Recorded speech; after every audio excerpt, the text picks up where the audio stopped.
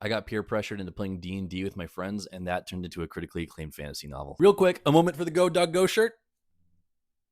Thank you very much. So this happened years ago, like before the pandemic. Me and some friends were just sitting around the living room kind of brainstorming funny ideas for fantasy characters that could exist in this fictional universe. And as we were talking about it, our buddy Zach was like, we gotta D&D these characters. We gotta put them in a D&D campaign. It'll be so fun. And the rest of us were like, listen, we like fantasy and like video games and kind of that nerd stuff, but D&D is like another level. I don't know. But eventually he wore us down. We put together a party of adventurers and we played this D&D campaign for years. No joke. And as a fantasy writer, it only took a few sessions for me to be like, I want to write a book out of this.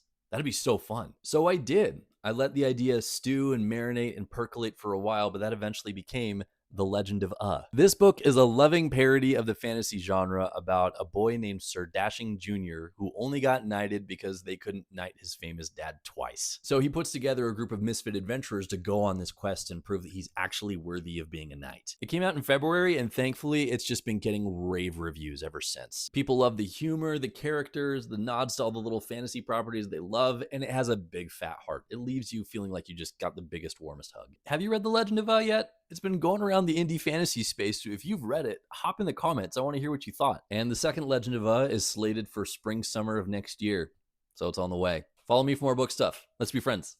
Okay, bye.